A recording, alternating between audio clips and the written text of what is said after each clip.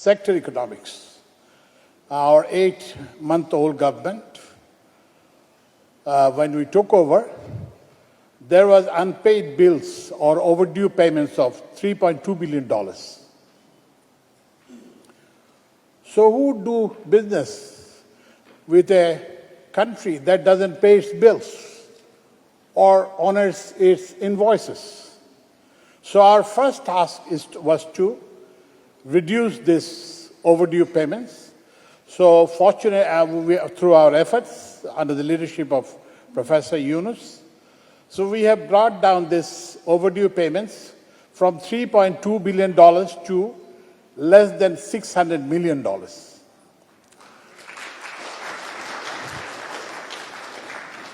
To give an example that will resonate here very well, we owed Qatar Energy $254 million.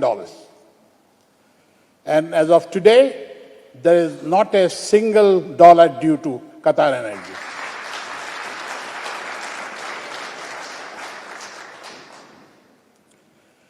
The second thing, after this overdue payments, we looked at the sector governance or sector reform, as you might call it. So we had a government based on cronyism and kleptocracy. So what we did was that so you had to know somebody high up to do business in Bangladesh. And we have done away with that. Now anyone from any country can do business without knowing anyone.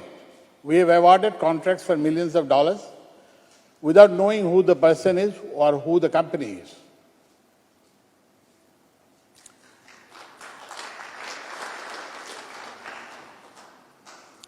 So to give you an example, that we import crude oil and also refined petroleum products. So we used to receive 4 or 5 bids. Then what we did was there are some restrictions in the tenders, so we lifted them. We received 10 bids, and then the price was 35% lower.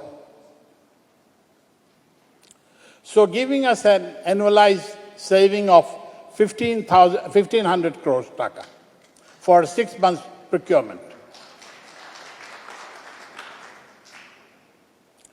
The same happened with our LNG import.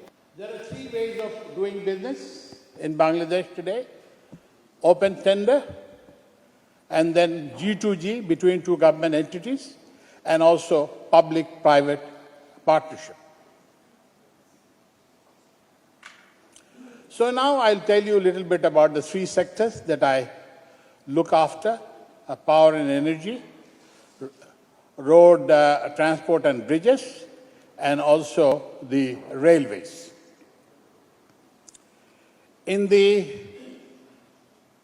So we are short of primary energy required to produce electricity, for example.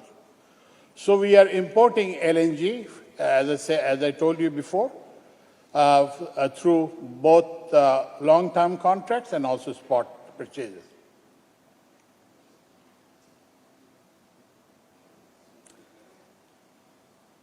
And then we have 2 FSRUs for import of LNG. So we intend to, we have floated a tender for our 4th FSRU, so that we could import more LNG and then also supply gas needed for the industrial development of the country. We also, as a result of the cronyism and kleptocracy of the past, we also had power supply contracts that were extortionary. So now we are engaged in a voluntary tariff renegotiation with the power suppliers, and I'm happy to note that the power suppliers have come forward to negotiate with us, and then so that the cost of electricity purchase goes down, and then we are able to supply electricity for industrialization.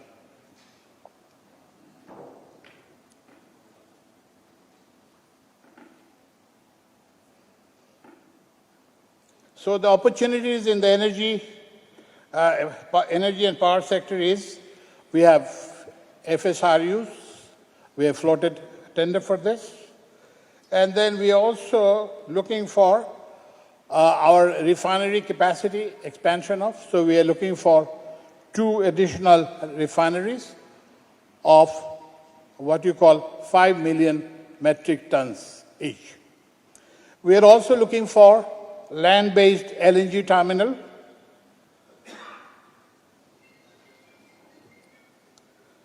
and also we have started what you call going big for renewable energy, and we should tender for 5,000 megawatt peak of renewable energy, solar energy.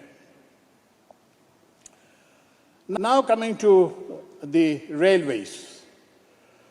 Again, there was this unplanned extension of lines, railway lines, without making arrangement for sufficient locomotives